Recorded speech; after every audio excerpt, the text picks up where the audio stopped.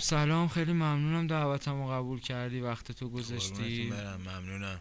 خودتو معرفی میکنی؟ من متینم، 25 سالمه و در خدمتم. این سوال دیگه داری؟ اولین بار کجا باش آشنا شدی؟ چجوری باش آشنا شدی؟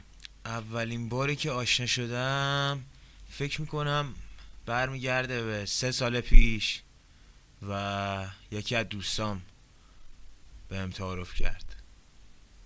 آره، قبل از اون چیزای دیگه هم میزدی؟ مصرف میکردی؟ حالا حتی سیگار و قلیون و قبل از اون سیگار میکشیدم و مصرف الکل داشتم.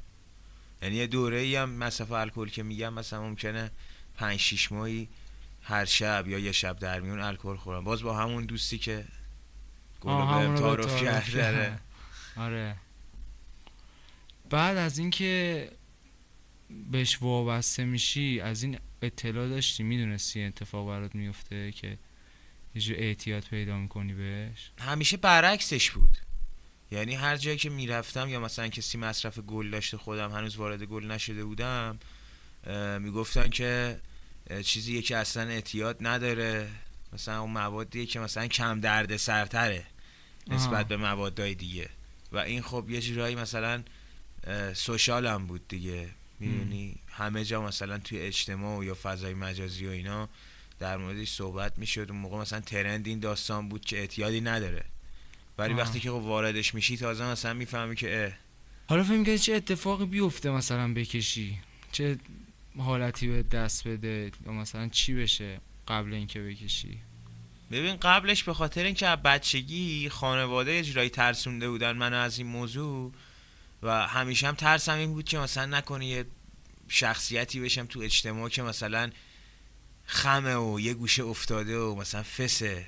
هم. از این ترس داشتم که مثلا یه جورایی ترس از نابودیه حتی. یعنی تو هم. میدونی به هر حال وارد داری جریانی میشی که غیر طبیعیه و میدونی که قرار روی مغزت تاثیر بذاره. خب خیلی ترسناک بود. ولی وقتی که لذتشو مثلا میچشی کلا، هر چیزی رو که مثلا اعتیاد آور لذتش میچشی، اولش فکر میکنی که چه آرامشی بهت داد و چقدر حالتو تغییر داد. بعد هم. کیف میکنی دیگه، میبینی تو اون لحظه مثلا یه آرامشی اومده برات، دوست داری که هی ادامهش بدی، هی میزنی که ببینی مثلا این برات تکرار بشه. یه دفعه میگی که مثلا اینو میزنم میرم باش این کارو انجام میدم، یه هم. دفعه میگی میزنم مثلا شب بهتر میتونم بخوابم. هی خودتو گول میزنی تا مثلا اون بار گناهه که اون روزای اول داری تجربهش میکنی فشار نیاره بهت، اون باری که عذاب وجدان داره بهت میده، یه حس بدی داره بهت میده. هم. حالا تو اینو خودت میرفتی تجربه بکنی؟ یه روزی به خودت میدی خودت بری خرید کنی مثلا استفاده کنی ببینی چیه، یا مثلا در اثر اون تعارفه بود؟ خب اینا مثلا اگه چیز دیگه هم اگه جای این بود همین اتفاقا میافتاد برات؟ نه اصلا. هم. یعنی شاید هم نحوه استفادهشو بلد نبودم که مثلا بپیچم تو رول. همین که دوست نداشتم مریض بشم، دوست نداشتم آلوده بشم بهش، چون خودمم مثلا الگوی دیگه ای ندارم ببینم چه اتفاقی براش افتاده و میترسیدم از این که مثلا خودم شروع کننده باشم. فکر نکنم هم برای اکثر آدم این اتفاق بیفته که خودشون مثلا برن جایی چیزی رو تهیه کنن بعد استفاده کنن ببینن مثلا تجربه‌ای که کردن چی بوده. یه هم. نفر همیشه ذهنی پشت قضیه هست که مثلا باهات صحبت میکنه و تو ترست کمتر میشه از انجامش. حالا برای من اینجوری بوده. کجا کشیدی دفعه اول؟ دفعه اول تو ماشین همون رفیقمون کشیدم. تعارف کرد و دیگه خیلی اصرار کرد، یعنی من نمیخواستم بکشم. بعد دیگه اصراراش باعث شد که گفتم یه دمی بگیرم ببینم چه حالی میده بهم.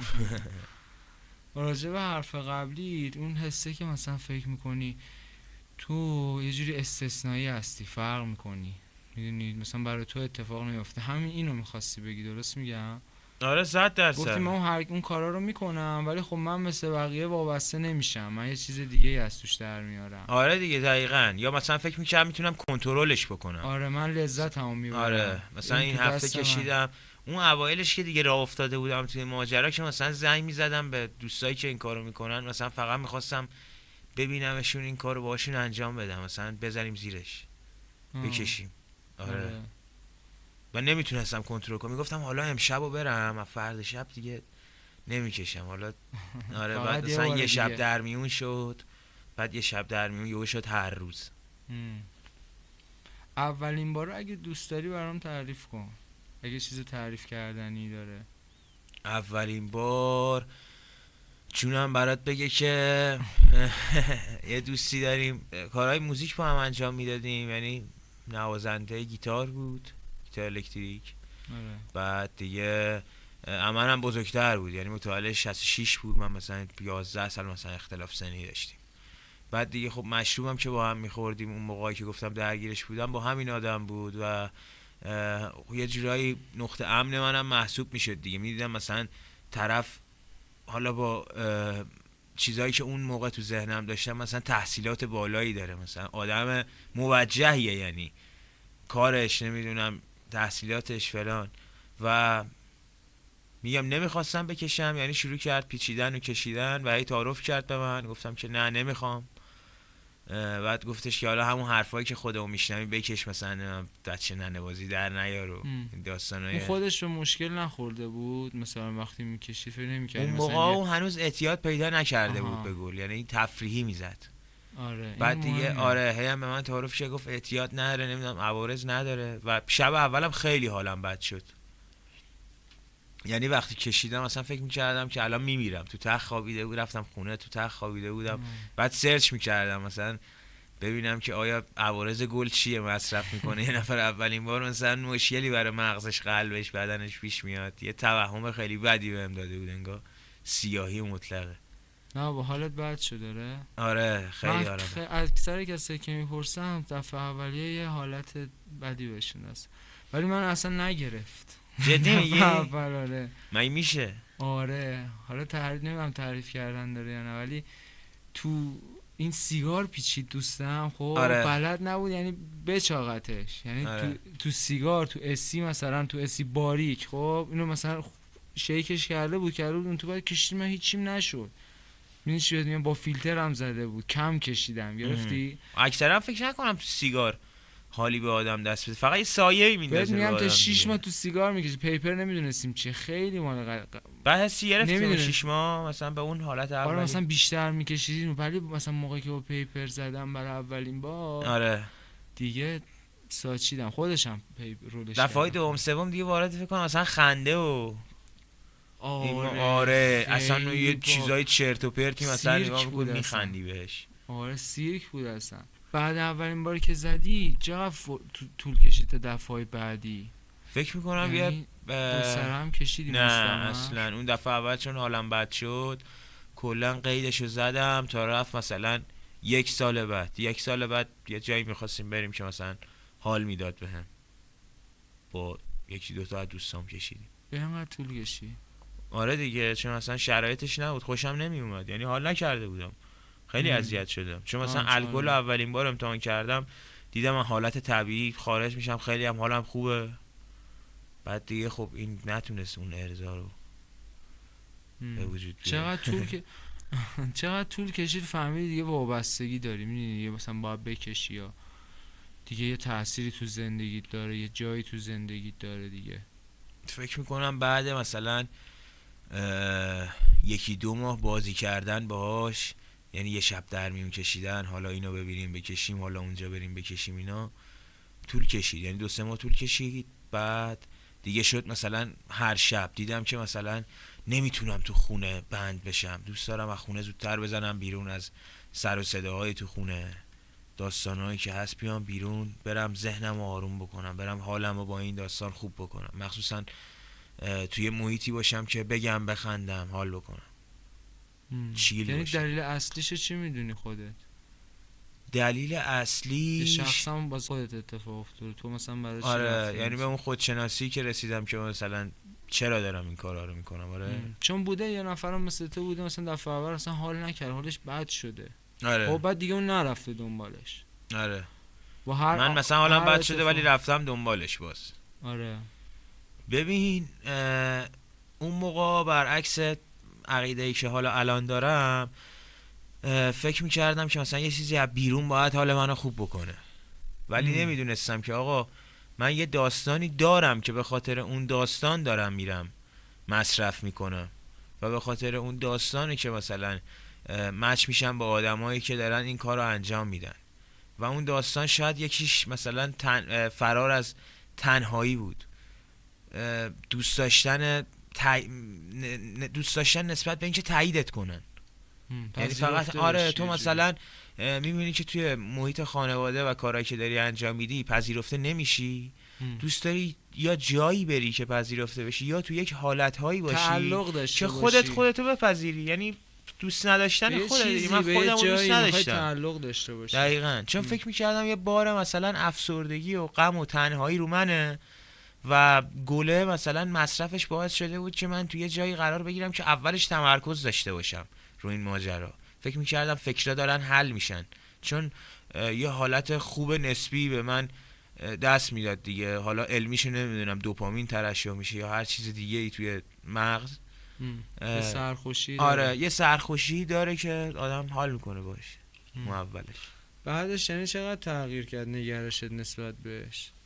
بعدش هر چی که میگذشت، نه دیگه هر چی که میگذشت مخصوصا از ماه اول به بعد میدیدم زورش داره کمتر میشه و کمتر به من خدمات میده و هر چقدر بیشتر میکشم دیگه از اون حد بالا نمیاد، اصلا از یه حدی بیشتر بالا نمیاد و دیدم که اون تمرکز اولیه‌ام که نداره هیچ، زمانایی که مصرف نمی کنم و مثلا امشب کشیدم فرداش شده مثلا میخوام برم یه کاری انجام بدم، تمرکزم پایین تره، حواسم پرته، یادم میره و اختلال دارم توی حرف زدن، خودم متوجه نیستم. یعنی من وقتی که ترک کردم گلو فهمیدم که چه داستانی پشتش وجود داره.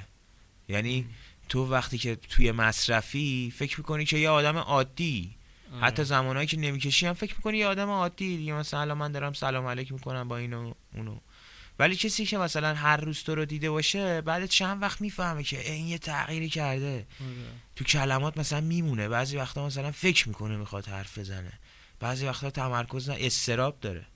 اینجوریه، این شکلیه. برای خودت چجوری بوده حالت؟ مثلا اضطراب و اینا گرفتی ازش یا مثلا حالت بدنی بدی که؟ آره یه حالتهای ترسی به آدم دست میده بعضی وقتا، ترس از چیزایی که خیلی سطحی ان. آره ترس از یه چیزایی که فکر می‌کنی خیلی مثلا ترس از ناظم مدرسه، خب آره. که یه چی فکر می‌کردیم چه موجود ترسناکیه، یه ترسه الکی واسم پیش می آورد، اضطرابم بود دیگه و دوست نداشتم مثلا زیاد در ارتباط باشم. آره اون اضطراب منو مثلا یه جوری هایپرم می‌کرد ولی بیشتر دوست داشتم تو نقطه امنه، آره تو حاشیه امنه باشم اینطوری. آخرین بار چه حسی بهت داد؟ آخرین بار شما هیچ ربطی نداره. نمی‌پرسم کی بوده دیگه.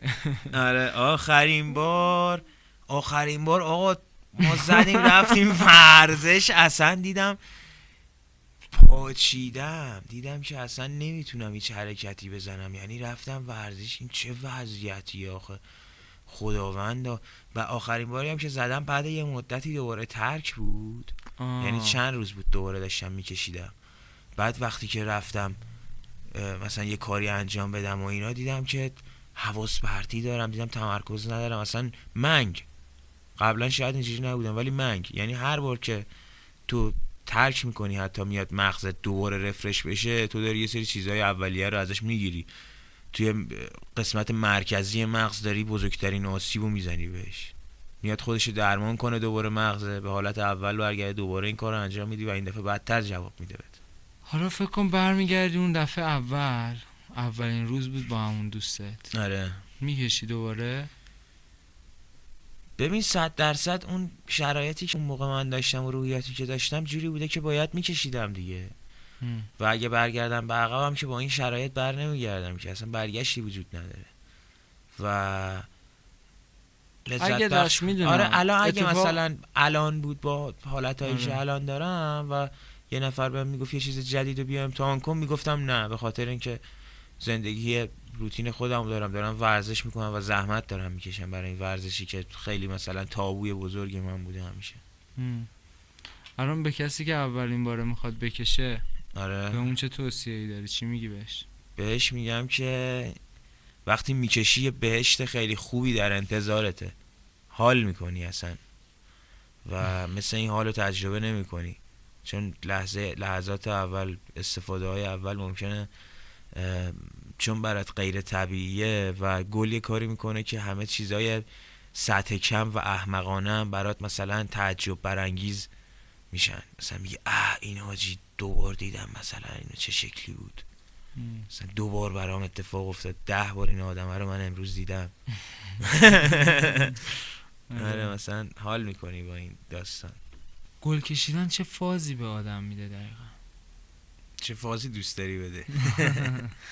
چه فازی میده؟ چه حالیت میده؟ تعریف کردنی نیست، یه خورده آهسته تر مثلا انگار چیزای اطراف میگذرن برات، وقت انگار آهسته تر داره میگذره، همه چی مثلا آروم شده. بعد تو هم خب فکر میکنی که الان چیره ای بر زمان دیگه، یه حس و حال جالبی داری. بعد حس و حال مثلا پیروزی و قهرمانی هم بعضی وقتا میده، ولی البته بهت بگم تو 10 دقیقه اول مصرف این حسو داری، مخصوصا وقتی که دیگه برات عادی میشه و چند ماه مثلا کشیدی. یعنی چی پیروزی موفقیت میده؟ یعنی انگار که مثلا یه پروژه‌ای رو رفتی انجام دادی و دیگه خیالت راحته که تو زندگی مثلا اینو از سر گذروندی و در مورد خودت چون اون لحظه آرامش داره بدنت یا ذهنت یا آرومتره، فکر میکنی که الان دیگه مثلا ترکوندی، بدنت مثلا در بهترین حالته، کیف داری میکنی، موفق شدی بالاخره. بعد این حسه با تکرار مصرف و این که مثلا تکرار میکنی هی میکشی بعد مدت زمان چه تغییری میکنه؟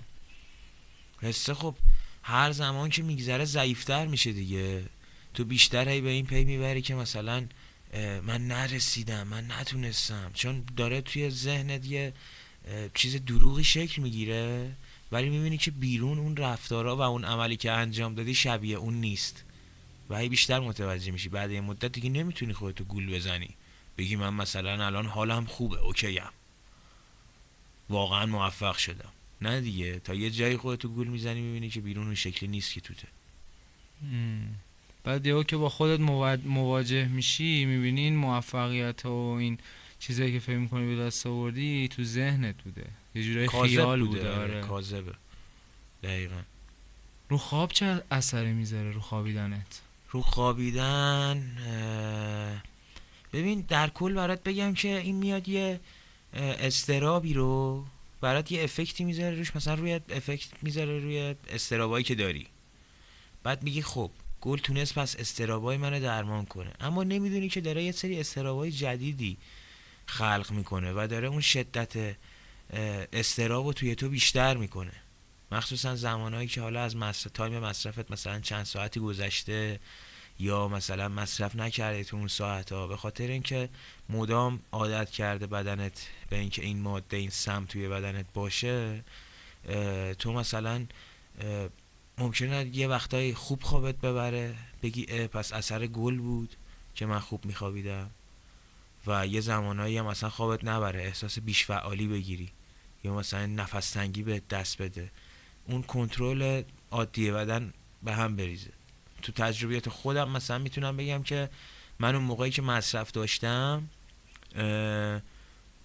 به یه جایی رسیده بود که خوابم خیلی خوب شده بود باهاش، و وقتی که ترک کردم یهو مثلا بعد یه هفته 2 هفته خوابم به هم ریخت، تا 1-2 ماه 3 ماه خوابم به هم ریخت و تو فکر میکنی که مثلا گل خوابتو بهتر میکنه، در حالی که به خاطر این حالت بده و خوابت خوب نیست، با اینکه مدت زمان زیادی گذشته از مصرف کردنت، که این یه سری استرابا رو قبلش آورده بالا و بعدن دوباره میخواد جبرانش بکنه و به هم ریخته دیگه، خوابت نمیبره، خوابت خوب نیست. ولی گل راه چاره درمان بدخوابی نیست. یعنی تو حتی اگه یه جایی گذاشتی کنار، مواجه شدی با اینکه خوابم خوب نیست، گل راه درمانش به نظر من نیست. این بدنتی که به هم ریخته به خاطر اینکه یعنی توی سمی الگوی وارد بدن خوابیدن کردی قبلا و الان الگوی گرفتی خوابیدن ازش. تو تغییر میده. آره دقیقاً. هم زیادش میکنه هم کمش, کمش میکنه. میکنه. بعد آره. یا خواب بلند میشی میبینی نمیتونی دوباره بخوابی. آره دیگه کنترل از دست مغزت میگیره دیگه. اونجوری عادی نیستش که نیستی بگی دیگه. بتونی بگی زیادش میکنه فقط یا کمش نه میکنه. نه اصلا کلا الگوی خوابتو به هم آره میریزه. به هم میریزه. بعد خوابم من خودم خواب نمیبینم. آره خوابت هم عمیق نیست دیگه چون دیگه آره یا چون اصلا خواب نمیبینم. آره موقعی که میکشیدم. دقیقاً. رو غذا چی تغذیه، رو رژیم غذایی چه اثری داره؟ رو تغذیه اولش که شروع میخوای بکنی این داستانو، اون اولش که مثلا من میکشیدم خیلی گشنم میشد، دوست داشتم که مثلا غذاهای زیادی رو تجربه کنم، چیزایی که دوست دارم رو بخورم، چون فکر میکردم که لذت اون غذا رو داره بیشتر میکنه تو و همچین حسی هم میداد بهم. یعنی مثلا بستنی رو شاید مثلا میلیون ها بار خوردم ولی وقتی که میخوردم تو چتی میگفتم چه حالی میده بستنی خوردن. ولی بعد یه مدت که درگیرش شدم بی اشتهایی اومد سراغم و لاغرم شدم حتی. یعنی بعضیا که مثلا ژنتیک لاغری دارن که صورتاشون جمع هم میشه، دیدم تو رفیقام. آره طرف انقدر بی اشتها میشه یا یه تایمی به بعد میخوری دیگه، مثلا صبح که بیدار میشی اصلا حوصله خوردن نداری، نور کلا اذیتت میکنه، دوست نداری تو روشنایی باشی. آره میخوام مثلا دوست داری برسه مثلا 8 و 9 شب که یه چیزی بخوری و مثلا مصرف کنی و دیگه دوباره هی مثلا زیاده روی کنی حتی تو خوردن بعدش. بعد قندم بیشتر میخوری دیگه. آره دیگه به تاب یعنی رو فشار این خونت هم خیلی داره تاثیر میذاره. آره آره این خیلی آسیب بیشتری میرسه. آره رو فشار خون و قند خون خیلی تاثیر میذاره، انرژی میگیره ازت اصلا. تو فکر میکنی داری فعالیت بدنت واقعا داره تحت تاثیر مغزت، میدونی چقدر داره بیشتر از حالت عادی کار میکنه. مغزت داره بیشتر از حالت عادی کار میکنه که تو عادی باشی. تو یه سمی بهش دادی که مغزت هی داره کار میکنه که برسه مثلا به یه درجه‌ای که طبیعی باشه، بتونه همه چی رو هندل کنه، جلو هم مثلا آبروت هم نره و فلان و نفهمی مثلا نفهمن جوز آره یه چی از تو داره داره میخوره تو همه رو. دارن تو رو نگاه میکنن، بعد مثلا فکر میکنی که الان توانایی و قابلیت نداری، مثلا رانندگی داری میکنی میخوای حواستو بیشتر جمع کنی به رانندگی، تمرکزت از بین برده. تو الان ورزش هم میکنی، رو ورزش چه تأثیری میذاره؟ رو ورزش یعنی یه سری میگن ما مثلا بهتر ورزش میکنیم میکشی، باز بستگی به آدمش داره. یعنی من یا داستانی اصلا برات تعریف کنم نسبت به این موضوع خیلی عجیب غریبه. داستان رفته بودیم مسابقات MMA، بعد من اصلا نمیدونستم که فدراسیون همچین ورزشی تو ایران داریم. مثلا میگن ورزش‌های رزمی آزاد اسم میزنن روشون دیگه، حالا کاری نداریم. این طرف مثلا اومده بود اونجا ورزش بده و با مسابقه بده و با هم رفیق شدیم. بعد گفتش که داداش بیا بریم توی ماشینت مثلا من دم بگیرم و اینا. قبل بازی به خدا کشید، تو بازی سختی مثل MMA قبل بازی مثلا کشید و رفت فایت هم کرد. این به آدمش بستگی داره که چقدر قابلیت داره تو ورزش، ولی در کل تاثیر بدی میذاره. چرا؟ به خاطر اینکه اول از همه ضربان قلب تو توی حالت نامنظمی قرار میده. حالا واسه بعضیا رو تندتر میکنه، واسه بعضیا رو خیلی کندتر میکنه و تو گردش خونت به اون مقدار کافی که باید برسه که مثلا فعالیت بکنی نمیرسه. روی چهره، روی ظاهر چه تأثیری میذاره؟ بعدم انگار آدمو پیرتر میکنه. یعنی هر چقدر که الان دقت بکنی به عکسات میبینی که مثلا 2 سال پیش که کشیدن شروع کردی خیلی چهرت بشاشتر بود، اولش جوانتر بودی، بعد الان چهره مثلا چروکیده تر شده، خورده پژمرده شدی دیگه، یه جوری کدر میشه انگار. آره. میگن خاصیت درمانی داره، دارویی داره برای جوون موندن. این خودش یکی از توهمات گله. آره یعنی کسی که گل بزنه این توهمو برمی‌داره که همچین تاثیرگذاری داره. تو میخوای فرار بکنی دیگه از یه سری مشکلاتت، بعد فکر میکنی که اون مثلا داره شادابترت میکنه، در حالی که اون مشکله هنوز همونجا سر جای خودشه. نه دیگه دوست نداری با آدمای عادی یه جایی به بعد، اصلا دوست نداری با آدم، چون میبینی که مثلا اونا که گل میکشن راحت مثلا باشون خرید میکنی، نمیتونی بعد ارتباط میری. بگیری با مردم، با نه مردم دیگه، عادی نه لزومی هم منزوی نمی. ترت میکنه. آره، اصلا چجوری خاصیت منزوی؟ خودش هم یه جوریه که بعد یه مدت دوست داری تو تنهایی خودت هی کشف کنی، مثلا یه خلاقیتی برسی. ببین وقتی تو یه فضای منفی رو میبینی مثلا معتادایی که تو پارکن و کسایی که مصرف میکنن، که ترغیب نمیشی به سمتش.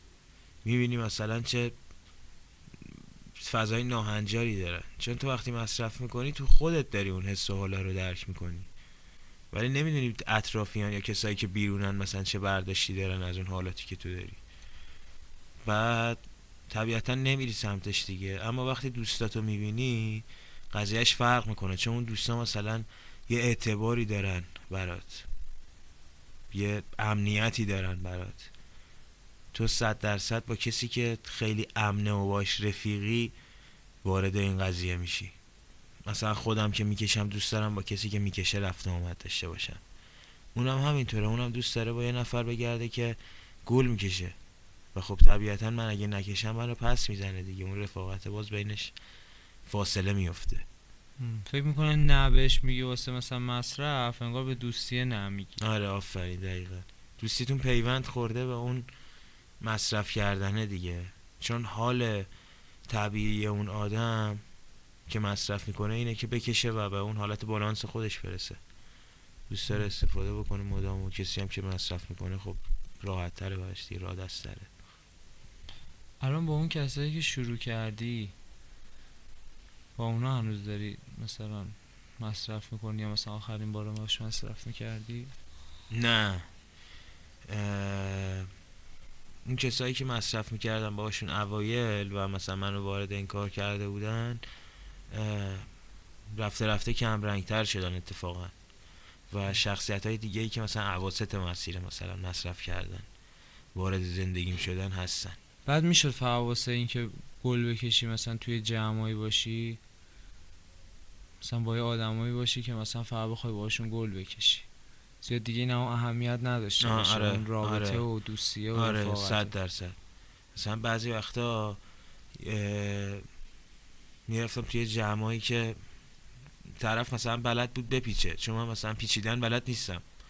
خیلی راحت بگه خودت میدونی دیگه. آره. اینا رو پیچیدن بلد نیستم و میرفتم مثلا طرف فقط محض این که بپیچه یا مثلا دونگامون یکی بشه، این خیلی بین آره به خاطر دونگ آدم ها هست. آره وقتی وارد گل کشیدن میشن به خاطر دونگ و رفاقت مثلا میکنن، به خاطر دونگ رفاقت به هم میزنن.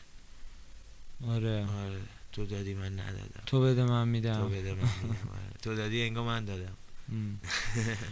یعنی انگار یه پارتنری میخوای که اون کار رو باهاش انجام بدی یه جایی دیگه. آره دیگه، آدم لذت میبره که با یه نفر که مثلا همفاز خودشه رفت و آمد داشته باشه، چون اون همفاز میشه باها، دوست داری با اون باشی. بعد چون میدونی که مثلا میتونی هزینه ای هم کمترش بکنی. خیلی مصرف کردن کار پر هزینه ای، یعنی آدم میشناسم مثلا پولدار بوده فقیرتر شده، مثلا ماشین زیر پاشم فروخته رفته موادای دیگه، مثلا میدونی پله شده براش گل.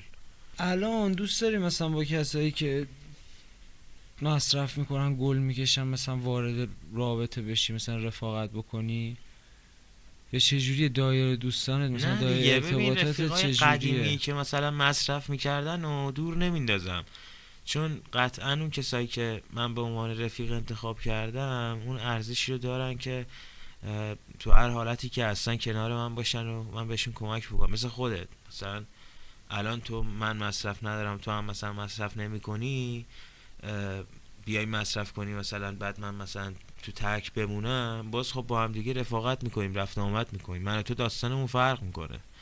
ولی دوست ندارم آدم جدید بیاد تو زندگی.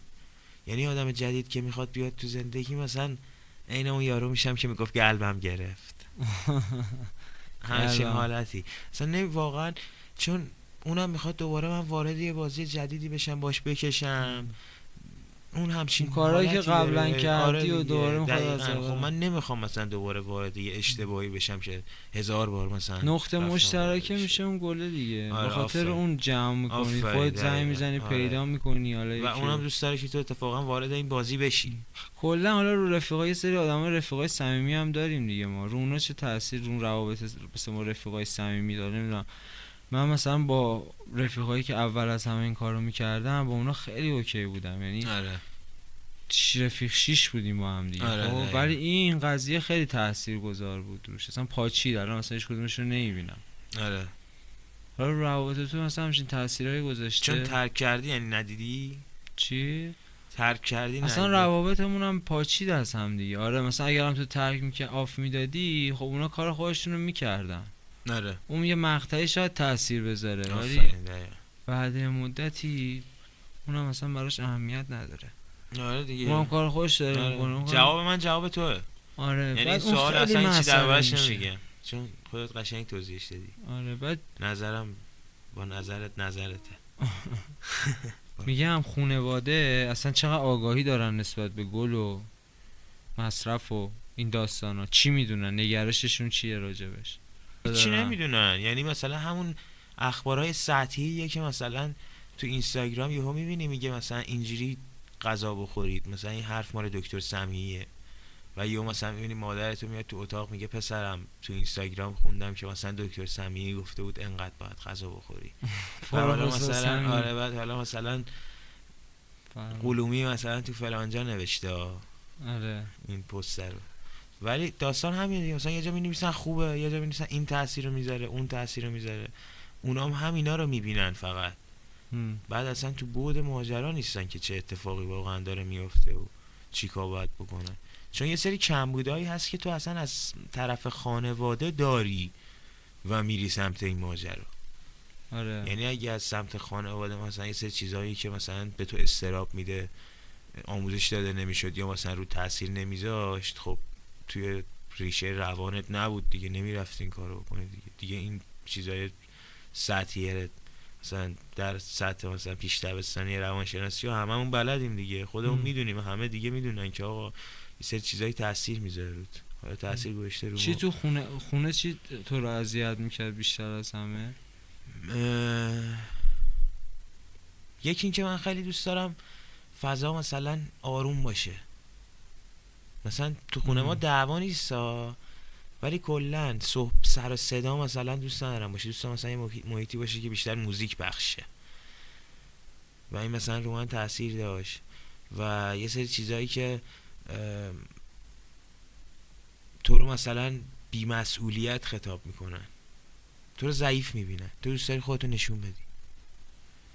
آره چی میگم؟ تو دوست داری خودتو نشون بدی، تثبیت کنی و اونا اصلا استعدادهای تو رو نمیبینن که نه اینکه مثلا پدر مادرهای ظالمی باشن، دوست دارن مثلا توی فیلدی که اونا دوست دارن تو موفق باشی. غیر از اونها اطلاعاتی در مورد فیلد تو نداره دیگه. مثلا خانواده من یا خانواده هیچ کسی دیگه ای نمیتونه بیاد در مورد مثلا تنظیم کنندگی موسیقی مثلا نظر بده تا پدر، مگه اینکه طرف مثلا موزیسین باشه. آره همچین داستانیه دیگه. تو دیده نمیشی و هی میخوای اون خلاهای خودتو ثابت بکنی. آره. فکر می‌کنی مثلا با یه سری انجام آره یه سری بعد کارا مثلا خودت میتونی نشون بدی. آره میری بعدش یه وارد گل کشیدن مثلا میشی که یه خورده مثلا آرامش به خودت بدی، بگی اوکی کوله مثلا همه چیز.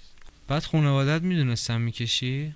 خانواده آره، ولی اون اوایلش نه. یعنی یه جایی که مثلا فکر میکنم 6-7 ماه بود دیگه توی مصرف بودم و اواخر مثلا دوره اولی بود که مصرف کرده بودم. به مادرم گفتم، هی رفته یه چیزایی میگفتم. آره مادرم گفتم. من رابطم خیلی با مادرم اوکیه. آره خیلی دیگه اوکیه دیگه. آره دیگه خیلی اوکیه. بعد گفتم و جلوشم کشیدم یهو. به خدا قسم اصلا همچین چیزی در جهان خلقت هستی وجود نداره. رفتیم پاساژ شارسو، فکر کنم یه چیزی گوشی بخریم، نمیدونم چی بخریم. بعد نشستیم تو ماشین و برگشتن گفتم آره این گل که میگفتم همینه ها، این شکلیه مثلا. نه بابا آره همینه ها. میخواستم مثلا انگار مثلا مادرم آوردم آزمایشگاه مثلا شیمی، بیا مثلا نگاه کن مثلا گل چیست. بعد کشیدم. بعد مادرم هم خیلی آدم حساس و مثلا با سوادی تو چیزای هم علمی هم اجتماعی، اما خب انگار همیشه یه راهی رو به من میداده که من اون راهو برم جلو دیگه، مثلا نمونم توش. جالبه. آره آزادیه رو میداده. یعنی جالبه.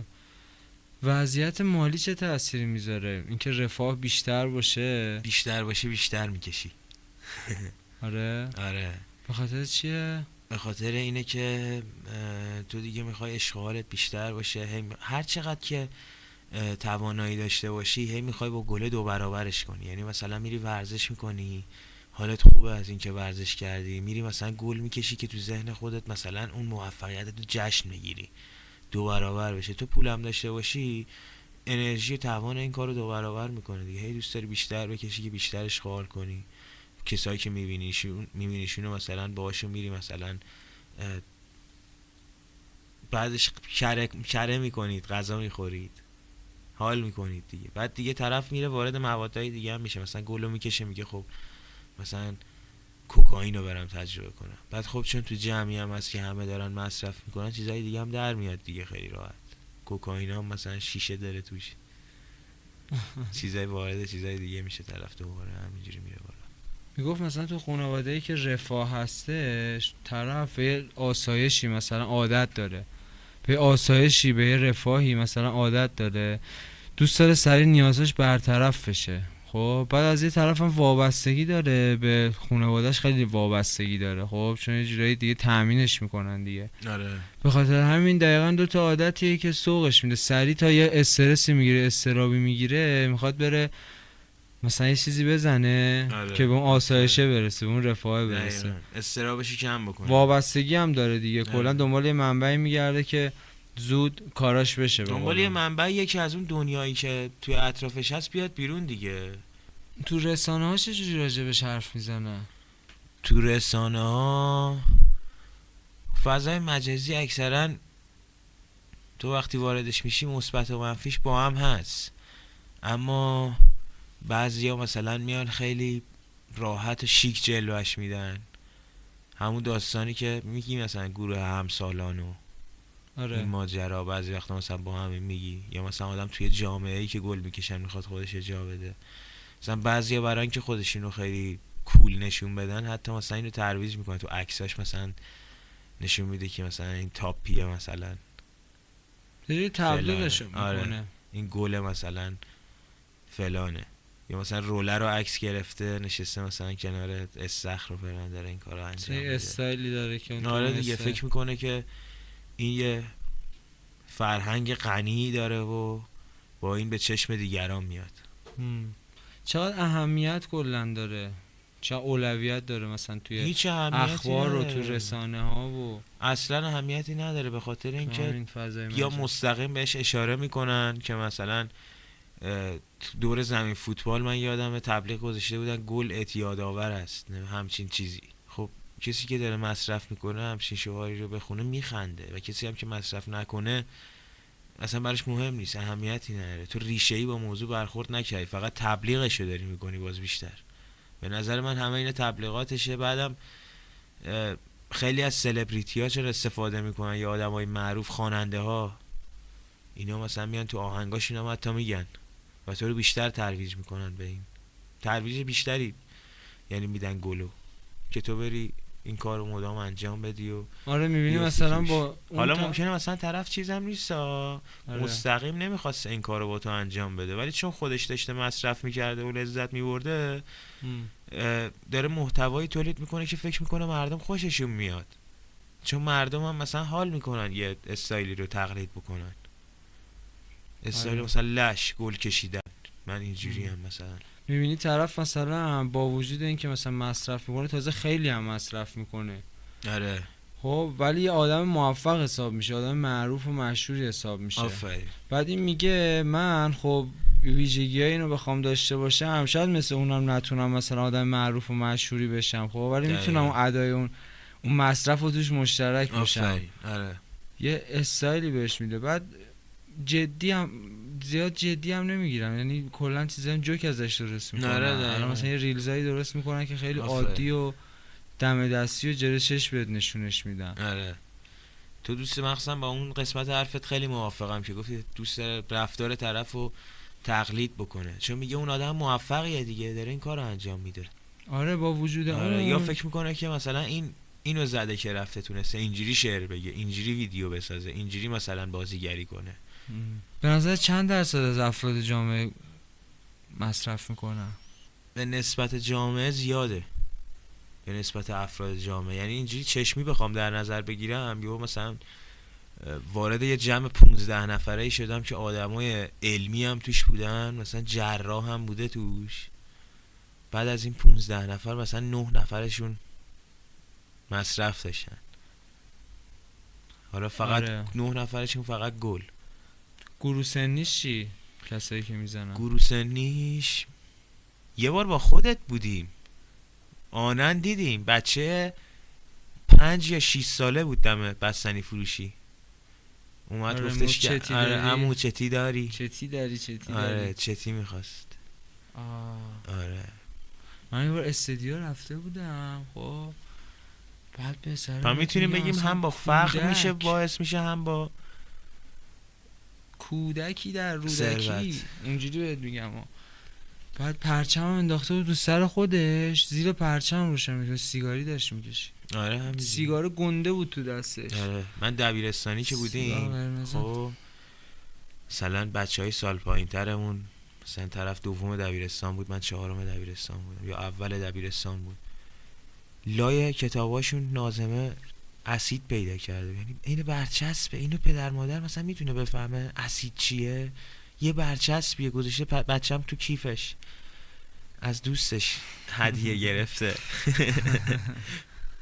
خیلی زیباست. آره اصلا خیلی عجیب غریبه. من میدیدم یه جلسه داشتم، جلسه عینه‌ای بود، پسره 7 سالش بود فکر کنم، 8 سالش بود نهایتا، داشت برای همه صحبت میگفت مثلا من تو سالهایی که مصرف میکردم این اتفاقا برای من افتاد.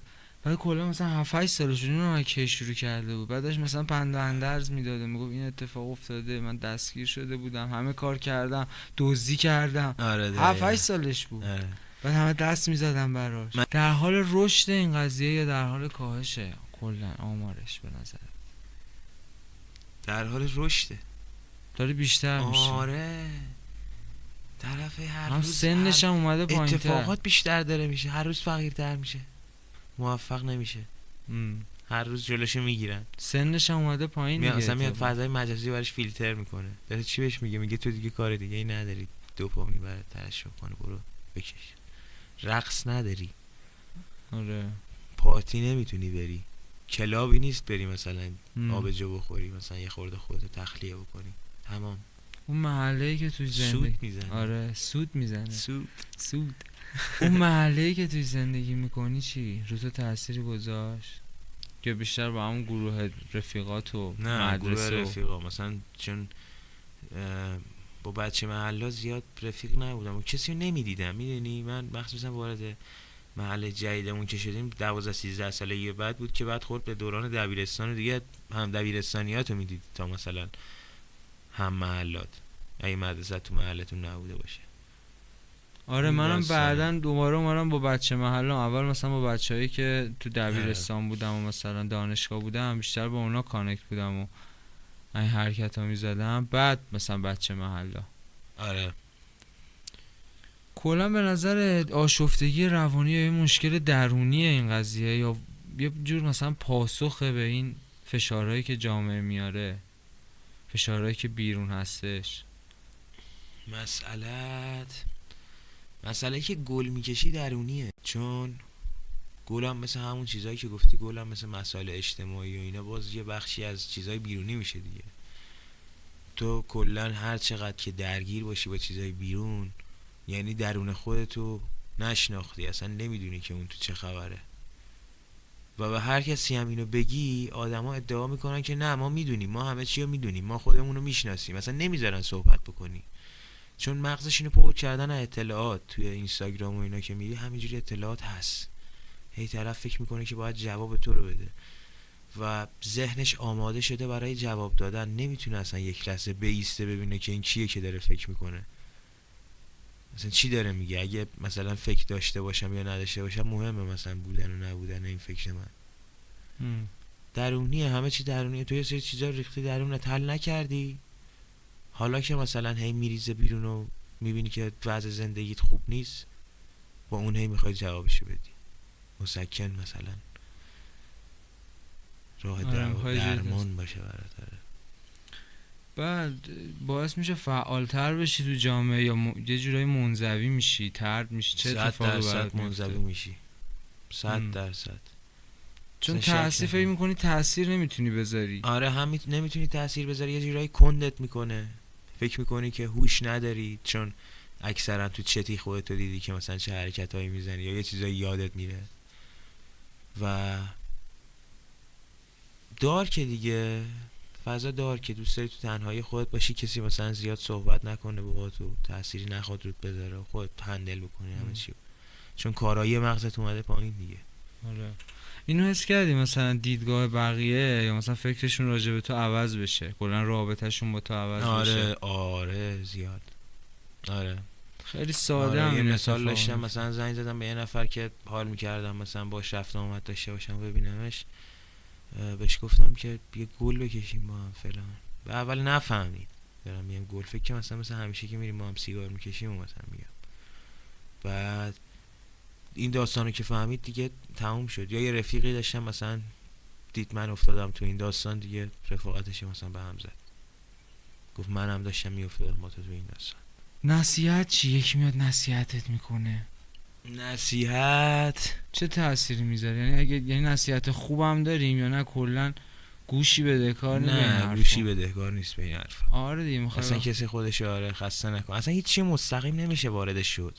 یعنی به کسی که داره میکشه نری بگی. مثلا بر فرض مثلا تو خانواده یه نفری، خب تو مثلا پدر یه فرزندی هستی که داره این کارو انجام میده، خب تو بری اینو بهش بگی، اون گوش نمیده به حرف تو، که تو باید بیای غیر مستقیم عمل کنی، جاهای دیگر رو بپوشونی.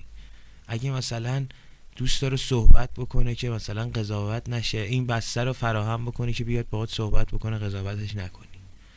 اگه مثلا کمبود محبت داره، اگه حتی کمبود مالی داره، بعضی وقتا کمبود مالی داشتن خیلی آدمو بدتر میکنه توی مصرف کردن تا نداشتن.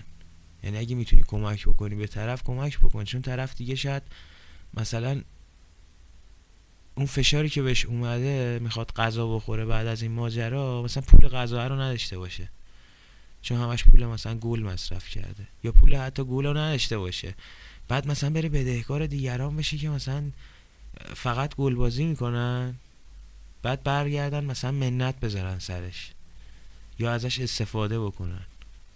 آره. یا از امکاناتی که داره مثلا استفاده بکنن، که مثلا منت اینو بذارن که ما داریم مثلا این دفعه گل دادیم. مثلا کلا نصیحته به نظر من باید درست باشه. خب من یه بار تو پارک رفته بودیم، یهو دیدیم تو پارک از پارک اومدیم بیرون، دیدیم چند تا موتوری، انگار فکر کنم لباس شخصی اینا اومدن بغلمون. خب بعد نگو اینا مثلا عینه‌ای بودن، جز انجمن بودن، وایساده بودن مثلا هر کی میاد تو پارک اینا مثلا اونجا نصیحت و ارشادش بکنن. بابا ما اصلا ترسیدیم، بعد اصلا تأثیری نداره.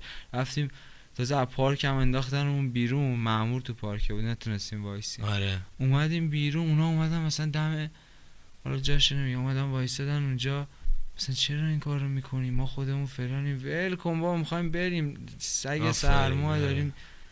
مثلا من اون لحظه که تصمیم گرفتم کاری رو انجام بدم دارم انجام میدم، کاری به تو ندارم. من خودم نمیدونم. کلا الان ببینی کسی مصرف میکنه، حتی مثلا بدونی طرف چه راهی رو میره، بهش چجوری مثلا مطرح کنی، چیزی بهش میگی؟ میگم نکش گسخل. آره همین در همین. اونم یواش میگی تازه. آره. افراد جامعه چه نگرشی دارن، چه دیدگاهی دارن نسبت به گل بازی، چت بازی؟ اهمیتی میدن مثلا به این قضیه؟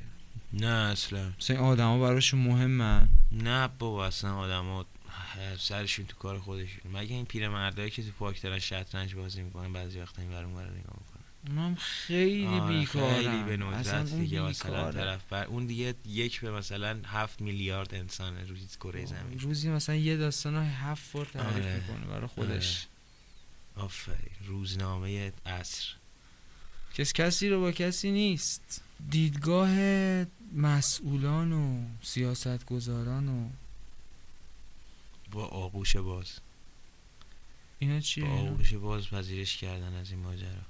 چون اگه برنامه‌ای بود قطعا الان همون داستان که تو رسانه ها اعلام بکنن و تبلیغ بکنن که مثلا یه جورایی درمان بشه یا مثلا وضع جامعه رو یه جوری بکنن که تو نری سمت این داستان. هشدار میدم. آره فکر دیگه. میکنم یه چیزی مثلا یه هشدار بگاهیه، آره، مثلا آفرین. بین میری. آره، نمیاد درمان بکنه. آقا درمانش مثلا راهکار فقره، چیه؟ درمانش مثلا نمیدونم تبعیضه، درمانش مثلا نداشتن مثلا فلان چیزه.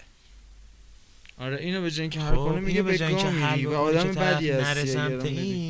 این، تو برمیگردی مثلا این داستانو پیاده میکنی. دولت سوئد گفته من مثلا تا 10-15 سال آینده یه نفر که مثلا معتاد به الکل هم باشه نیست دیگه تو جامعه.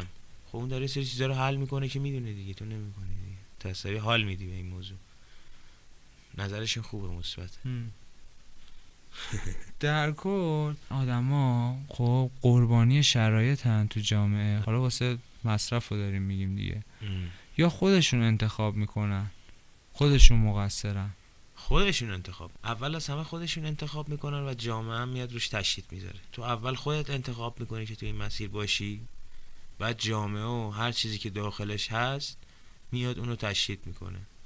هم به تو بگه نه، اعصاب تو رو داره به هم میریزه، هم به تو بگه مثلا آره، داره تو رو تشویقت میکنه باز به این راه. چون تو با خودت کنار نیومدی، چون تو منتظر حرف دیگران بودی، برای همین رفتی رفتار دیگران که گل کشیدن بوده رو تقلید کردی به همین آسونی. چون مثلا تو شرایط یکسان هم هستن خیلیا، ولی مثلا آره. اون یکی نمیفته تو این کارا، آفرین. یکی میچسبه. یک بار مصرف، هزینه عمریشو باید ببینی حساب میکنی یا هزینه پول مالیشو فعلا. هزینه مالیش دقیق نمیدونم چقدر میشه، ولی میدونم رفاهو میتونه ازت بگیره دیگه. تو اون پولی که خرجم کردی میتونستی جمع بکنی یه وسیله‌ای بگیری برای خودت. چقدر هزینه کردی تا الان فکر میکنی؟ چقدر پول دادی باشی بابت گل؟ 50 میلیون تومان مثلا. یعنی تأثیر میذاره رو وضعیت مالی دیگه. آره تا 100% تأثیر میذاره. چرا نذاره؟ فلجت میکنه. وقتی نمیکشی تازه میفهمی چقدر مثلا داری پول جمع میکنی و حواست به جیبت هست. کلا قیمتش ارزونه گرونه گل؟ قیمت میانه ای داره. نه ارزونه نه گرونه، ولی خب نسبت به اون لذتی که آدم داره میبره شاید ارزون هم هست. خیلی راحت یعنی داره در اختیار تو قرار میگیره، تحت دسترسه. آره راحت. چرا مثلا متوجه به این گرونی‌ها و تورم و اینا قیمت زیاد تفاوت چندانی نمیکنه؟ چون افزایش چشمگیری نداره. یه سیاست فکری پشتشه، یعنی هزینه داره برای این میشه که تو این کارو بکنی، تو نتونی درست فکر بکنی، تو مغزت از کار بیفته. کل سیستم داره برای همین چی ماجرایی، نه فقط سیستم تو ایران، یه سیستم بزرگتریه که داره برای همچین ماجرایی کار میکنه. یعنی قیمتش یه جوری کنترل میکنه. آره دیگه 100%. بعد میاد در اختیار تو میذاره. تقاضا رو براش خیلی زیاد میکنن. دیگه کار تقاضاشون خیلی براش زیاده، قیمتش هم اینجوریه دیگه. قیمتش هم تو اون حد میمونه. رقابت هم خیلی زیاده بین فروشنده ها. کم چی میگن، کم درد سرتر هم هست نسبت به مواد دیگه. مثلا مواد دیگه اعدام داره فلان، جرم سنگین‌تر. آره اینو راحت. مثلا شیشه که خیلی ارزون تر شاید باشه قیمتش نمیدونم، هیچ وقت سمتش نرفتم، ولی فکر میکنم خیلی ارزون تر باشه از این ماجرا. الان یه بار مصرف قیمتش که هزینه‌اش کمتره. یه بار غذا خوردن، یه بار مصرف، آره یه بار مصرف، 2 بار مصرف هم میشه 3-4 بار مصرف. تو محیط کار چه برخوردی میشه با کسی که اعتیاد داره؟ برخوردهای خیلی بد، خیلی ناجور، خیلی بد. برخورد خوبی نمیشه. اخراج میشه دیگه. همه ببین همه اونو به چشم یه آدمی میبینن که مثلا چی میگن، با جامعه متفاوته دیگه، یعنی یه بیماره یه برچسب مثلا. بهش آره یه میزنن. بیماری داره که انگار واگیر داره، همچین حالتی میبیننش. بعد اونایی هم که اخراج میشن امکان برگشت به شغل قبلیشون آره دیگه، پذیرش نمیکنن. نه دیگه ثبت شده تو سیستم دیگه. اون داستانی که شما وارد کار دیگه میشی دیگه. چجوری یعنی بهش کمک میشه کرد به نظرت به این آدما؟ من و تو که تو نمیتونیم محیط کمک کار کنیم. آره چجوری مثلا میشه باشون برخورد کرد؟ یه خورده بیشتر تحویلشون بگیریم این آدمای دیگه، مایی که میفهمیم درست باشون رفتار کنیم، نذاریم بفهمن که متفاوتشون رو میدونیم یا میدونیم که مثلا کار دیگه. یعنی تو الان اگه صاحب کسب و کاری باشی، خب آره فکر کن خودت صاحب یک کسب و کاری، استفاده میکنی از این آدما؟ بستگی داره در چه حدی باشه. در حد همین چت بازی و اینا باشه شاید استفاده کنی، آره، ولی طرف مثلا شیشه بکشه خب راش نمیدی سر کار، قابل اعتماد نه دیگه، نیست. توهمیه، صلاحیت فکر کردن نداره. آره گل تا یه حدی محدود میکنه ولی ماجرا فرق میکنه اونجا. اصلا همین اسم گل خب یه اسم جذابیه. آره واسه فروشش تو بازار فروش از چه چیزای دیگه استفاده میکنن؟ از چه روشایی؟ مثلا اسم انگلیسیشو میگن، مثلا وید بهش میگن، کانابیس بهش میگن، یا مثلا علف. علف البته اسم قدیمیشه. آره اسمیه که شاید مثلا تلنگری هم به تو بزنه حتی که داری علف میکشی. ولی گل یه خورده قشنگترش کرده و خواستن جذابتر باشه دیگه. ترسناک به نظر نرسه که چیز خیلی بدیه. آره دقیقا. با اصطلاحات هم هست دیگه. آره سم و مثلا چت بازی، جوز زدم لفظای بریم چرخ خوری کنیم مثلا، در قابلمه و آره بزن زیرش و آره. برخورد پلیس قانون با خوب. کسی که وابسته اعتیاد داره چجوریه؟ مثل بیمار باش رفتار میشه اصلا با کسی که یا مجرم؟ اصلا با کسی که اعتیاد نداره هم اینجوری برخورد میشه. با هم دیگه تو پارک بودیم همچین اتفاقی افتاد دیگه. پلیس مثلا صدا میزد بیا اینجا ببینم پسر، مثلا بر نمیگشتم، فکر میگم خفگیره دیگه. با کسی که موردی هم داشته باشه بدتره دیگه. دیدیم دیگه چجوری رفتار میکنه، مثلا حیوان ولگرد، فکر میکنه دیگه این اشد مجازات لایق این آدمه، این داره جامعه رو خدشه دار میکنه. کمک که نمیکنن. تهش اینه که طرف اگه مثلا مصرف کننده خیلی دیگه شدیدی باشه، جنس زیادی ازش پیدا کنن، ببرنش کمپ. بعد خب وضعیت کمپ هم جوریه که طرف کتک میزنن. طرف خودش میاد تعریف میکنه تو برنامه‌های مختلف هم دیدیم جاهای مختلف که کتک هم زدن، اذیت هم کردن و مأمور هم اصلا احترامی نمیذاره. اون کسی که میخواد اونو تحویل قانون بده احترامی براش حال نیست. این شیوه اجرایشون چجوریه؟ یعنی چه اجازه دارن چیکار کنن؟ مثلا طرفو ببین درستش اینه که طرفو ببرن درمانش کنن، یعنی اول روانش کار بشه. ولی اونا میان، ولی اصلا بیس قضیه این نیستش که بخواد مثلا کسی بهت کمک کنه، آموزشی بهت بده، فقط اون تنبیه و اون برخورده. از تجربه من البته این بود، اینجوری بده تو رو نمیدونم. آره اینجوری نیستش که بخواد بیمار باشه مثلا بگم با این صحبت کنن، تذکر بدن. مثلا تذکر خیلی فرق داره با اینکه تنبیه و مجازات مستقیما. طرف گیر میکنه دیگه، برخوردشون منفیه دیگه، رو به رشد اون آدم نیست. بعد این نگرشش، این طرز فکر مثلا قانون و اینا تغییری هم کرده در طول زمان؟ اصلا چه تغییری کرده مثلا؟ اصلا تغییری نکرده. هر جایی که ببینن یا جمع‌آوری میکنن یا حمله میکنن که مثلا اون جنس رو بگیرن ازت و روز به روز هم انگار که سلطه دست خودشونه. هر کسی برای خودش یه حکومته، میخواد حرفشو چون تو سرتو بکنه به بدترین نوع ممکن اثرشو میذاره رود، با داد زدن، کتک زدن، الفاظ زشت. با کاسبا چی؟ با فروشن؟ با کسایی که میفروشن؟ یه سریاشون که زد و بند دارن، یعنی اصلا آره. طرف راحت در میاد و کاری هم نداره به این ماجرا، تو منطقه هم باش آشنان، بهش کاری ندارن. و کسی هم که کاسبه زرنگ دیگه، یه جوری جنس و رد و بدل میکنه که طرف متوجه نشه. یه سری هم اینجوری ردش میکنن. یعنی ولی تو در میگی هر باید حال قوانین مصرف کننده چون هیچ جایی نداره، نه خونه ای داره که مثلا بتونه راحت باشه توش، تو ماشینم که امنیت نداره، مأمور باز میتونه بگه بزن بغل. تو خیابونه در کلیه، یعنی مصرف کردنش تو خیابونه، همونجا هم تو چشم تره تا کاسب. کاسب فقط میاد تحویل میده و میره اون جایی که خودش میخواد و میدونه.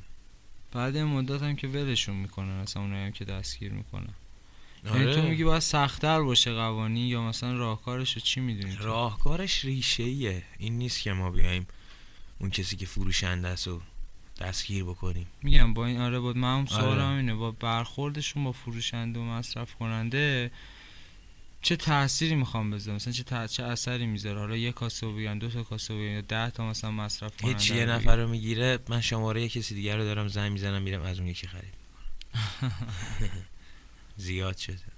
پس در کل تأثیری که میتونه رو قانون بذاره روی تو، مثلا تأثیری که گذاشته چی بوده؟ مثلا تو نگرش تو چه تأثیری گذاشته، چه فرقی کرده؟ قانون برخوردشون آره چیزی بیشتر کردش؟ استرابیم کرده دیگه، یعنی باعث دفعات ترس میشه. دفعات بعد که خواستم بکشم هی ترسیدم نکنه الان مأمور بچسبم، شبم خراب شده.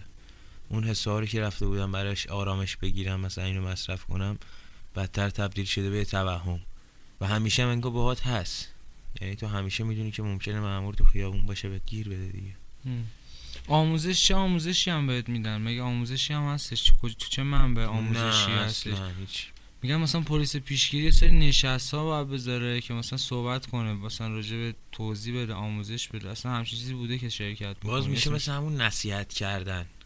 ام. یعنی اون داره یه نصیحتی میکنه منو که من ذهنم قابل شنیدنه، اون قابلیت شنیدن اون حرفا رو نداره، چون من تو جایی هم که این مواد داره به من نفع میرسونه، در ظاهر داره حس حال خوبی ایجاد میکنه برای من نمیتونم مثلا حرفتو که ضد این ماجراست رو بشنوم.